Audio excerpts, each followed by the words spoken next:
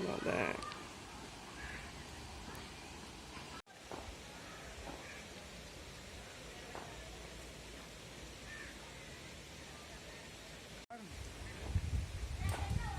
தகரமெல்லாம் சுற்றி கிடக்கு யாரும் சுற்றி கிடக்குறாங்க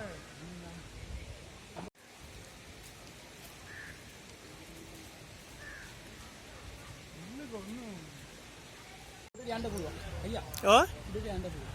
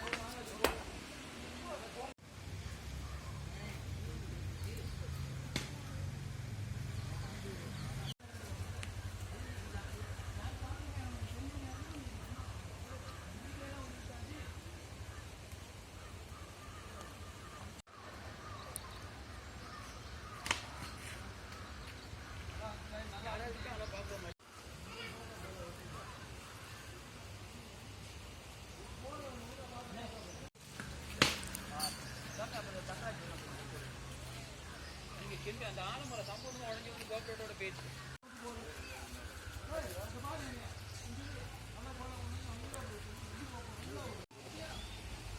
நம்ம வயது இருக்கா இருக்காது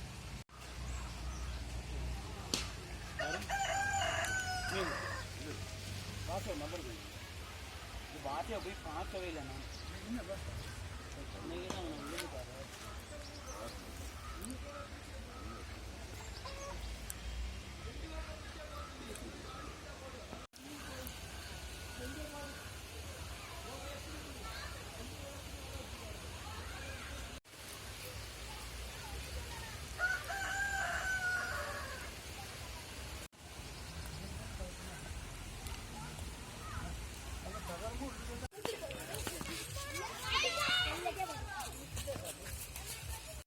මේ බිල්ඩින් එක සම්බසාර බිල්ඩින්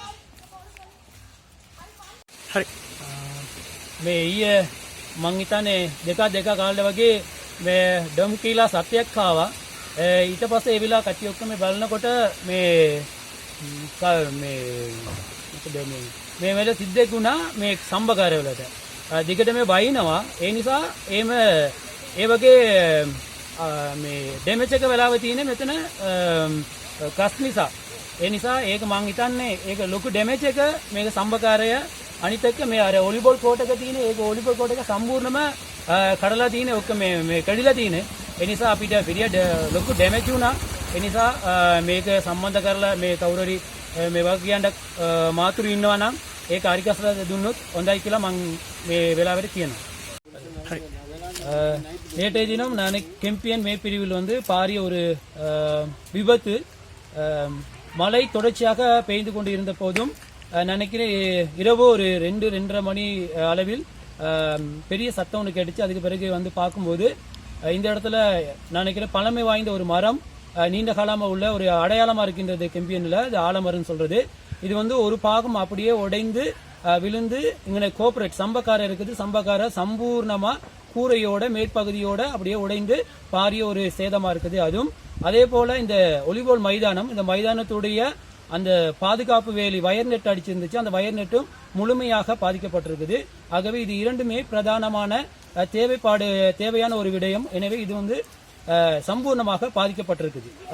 நல்ல நேரம் யாரும் இந்த பாதையில் நடைபாதையில் நடக்கவில்லை, இல்லை என்றால் உயிர் சேதமாகவும் ஆகியிருக்கும். எனவே இது இயற்கையாக நடந்ததுதான்.